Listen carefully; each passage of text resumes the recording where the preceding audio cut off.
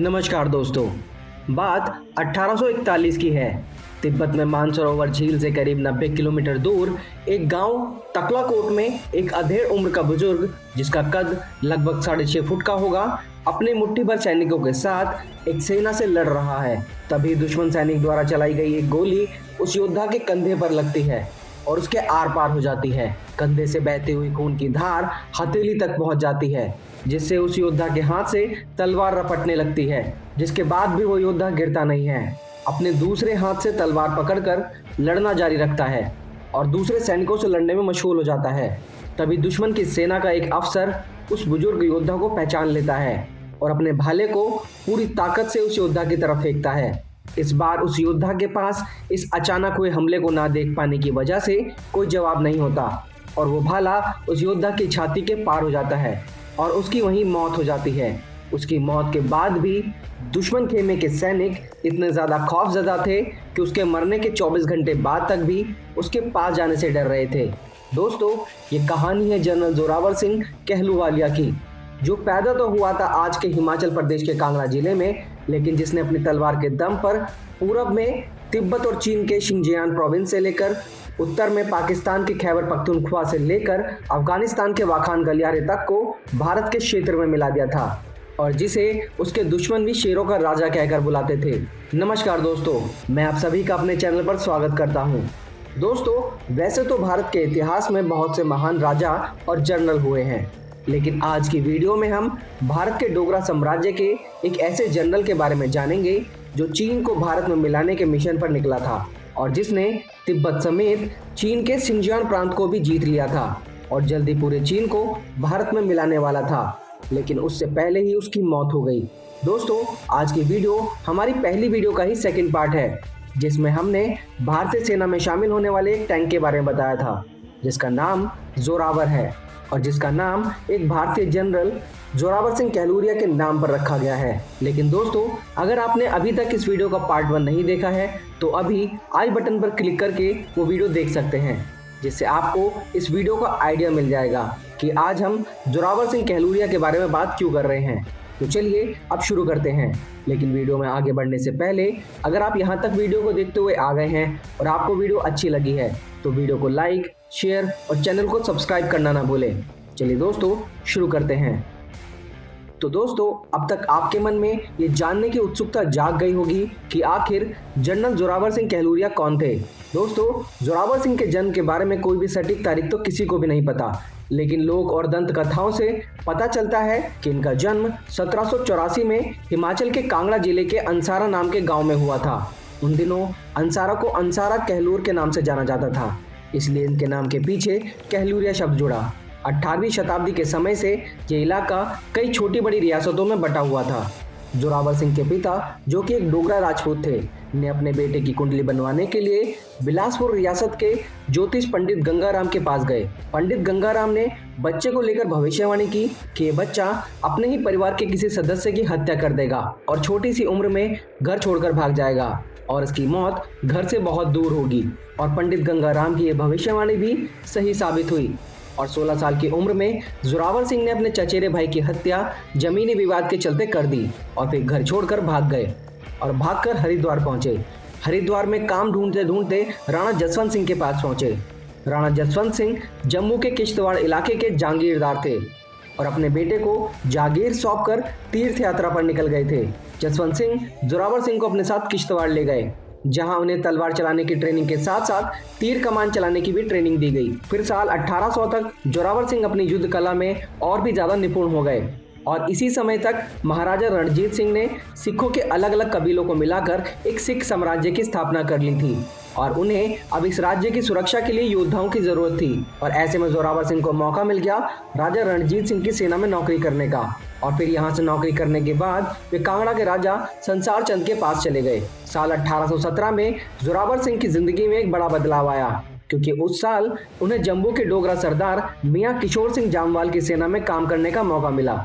दरअसल हुआ कुछ यूं कि साल 1808 में महाराजा रणजीत सिंह ने जम्मू पर जीत हासिल करके उसे अपना वसाल स्टेट बना लिया और अब जम्मू सिख साम्राज्य के अंदर आता था और वहां की सत्ता महाराजा रणजीत सिंह ने किशोर सिंह को सौंप दी।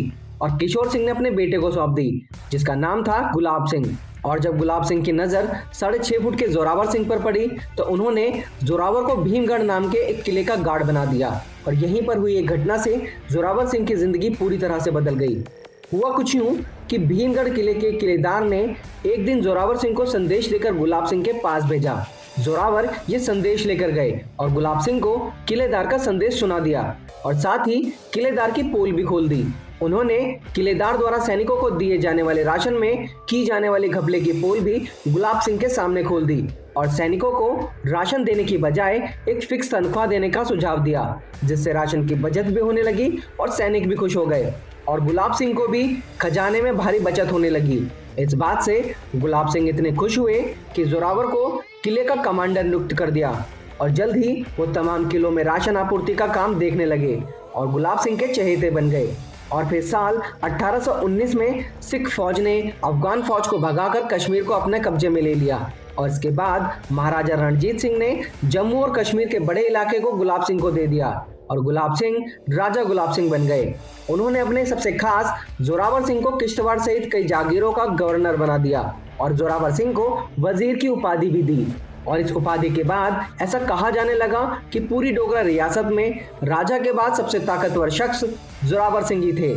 और फिर यहाँ से जोरावर सिंह की जिंदगी ने एक और पलटी मारी और उन्हें डोगरा फौज का कमांडर बना दिया गया और जिसके बाद से उन्होंने डोगरा साम्राज्य की सीमा का विस्तार करने के लिए एक के बाद एक कई अभियानों की शुरुआत की। आइए दोस्तों, सबसे पहले जानते हैं कि जोरावर सिंह ने लद्दाख को सिख साम्राज्य में कैसे मिलाया। दोस्तों, उस वक्त लद्दाख में बौद्धों का शासन था। यहाँ के राजा को ग्यालपो कहा जाता था और वो तिब्बत को टैक्स चुकाया करते थे और सिख साम्राज्य के लिए लद्दाख काफी अहमियत रखता था क्योंकि तिब्बत से अफगान तक जाने वाला व्यापार मार्ग लद्दाख से होकर जाता था और अगर एक बार यहाँ कब्जा हो गया तो वे तिब्बत और चीन की ओर आसानी से बढ़ सकते थे। इसके साथ ही यहाँ मिलने वाली ऊनी शॉल की दुनिया भर में काफी मांग थी और कश्मीर के राजा गुलाब सिंह भी लंबे वक्त से लद्दाख को डोगरा शासन के अंडर करना चाहते थे, पर महाराजा रणजीत सिंह का ध्यान लद्दाख पर था ही नहीं और उन्होंने गुलाब सिंह को लद्दाख और तिब्बत में अपनी सेना को भेजने से मना कर दिया। पर जोरावर सिंह ने लद्दाख और तिब्बत को जीतने की पूरी तैयारी कर रखी थी, जिसके लिए उन्होंने 5000 डोगरा सैनिकों की एक विशाल फौज को इकट्ठा कर लिया था। और गुलाब सिंह और जोरावर सिंह को यह मौका मिला साल 1834 में। उस साल लद्दाख के एक स्थानीय गवर्नर ने ग्यालपो से बगावत कर दी। ग्यालपो लद्दाख के राजा को कहा जाता था। उस गवर्नर ने गुलाब सिंह से मदद मांगी। गुलाब सिंह के लिए यह लद्दाख में पैर जमाने का अच्छा मौका था, इसलिए उन्होंने जोरावर सिंह की लीडरशिप में डोगरा फौज को लद्दाख के लिए रवाना किया। पहले से ही तैयार बैठे जोरावर ने अपनी 5000 की फौज को लेकर भोटखोल दर्रा को पार करते हुए पुरीक तक पहुंच गए।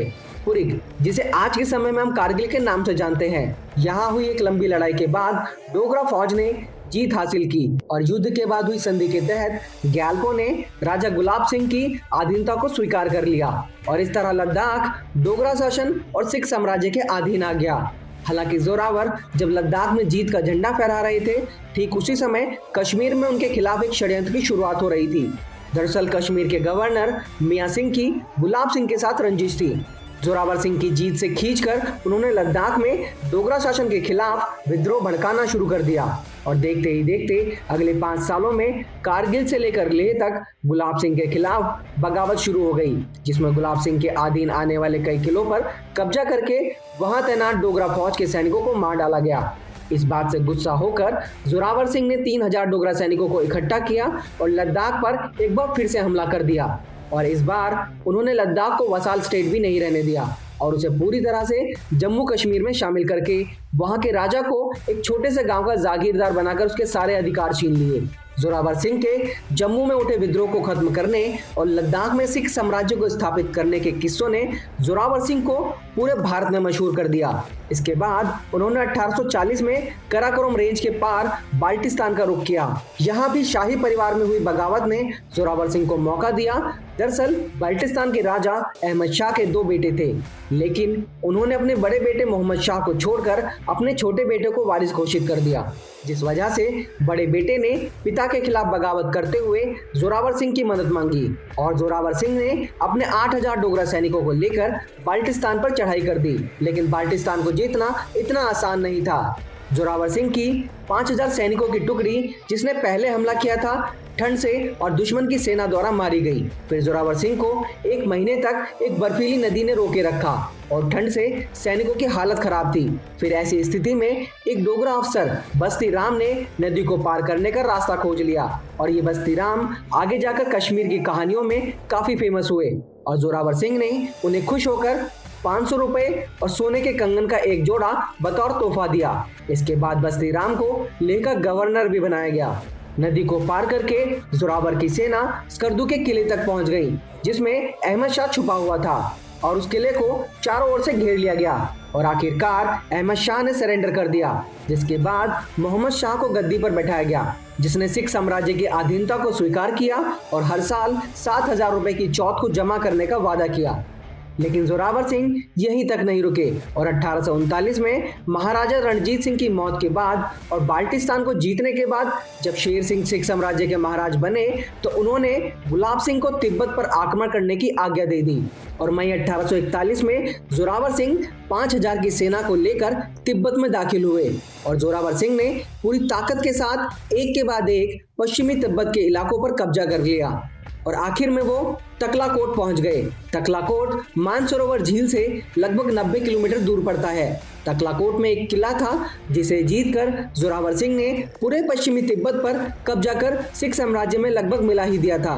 लेकिन तभी कहानी में एंट्री होती है ब्रिटिश ईस्ट इंडिया कंपनी की। दरअसल जोरावर सिंह की ख्याति अंग्रेजों तक भी पहुंच रही थी और वो जोरावर सिंह के हर मिशन पर नजर बनाए हुए थे और फिर सितंबर 1841 में जब जोरावर सिंह तकलाकोट के किले तक पहुंच चुके थे तब नेपाल के महाराजा ने जोरावर सिंह से मिलने के लिए अपने कुछ दूत तकलाकोट भेजे और इस बात की खबर अंग्रेजों तक पहुंच गई। उन्हें लगने लगा कि अगर नेपाल के राजा ने जोरावर सिंह से हाथ मिला लिया तो नेपाल उनके हाथ से चला जाएगा। इसलिए अंग्रेजों ने अपना एक अफसर राजा शेर सिंह के दरबार में भेजा और उनसे मांग की कि डोगरा फौज को तुरंत वापस बुला लिया जाए और शेर सिंह तैयार भी हो गए। उन्होंने जोरावर को वापसी का बुलावा भेजा, लेकिन वापसी में एक दिक्कत थी। सर्दियों के महीने शुरू हो चुके थे और तिब्बत को आने वाले और जाने वाले सारे दर्रे बंद हो चुके थे, इसलिए जोरावर सिंह के पास वहां रुकने के अलावा कोई चारा भी नहीं था। और इसी बीच तिब्बत की एक फौज ने जोरावर सिंह के ठिकानों पर हमला कर दिया।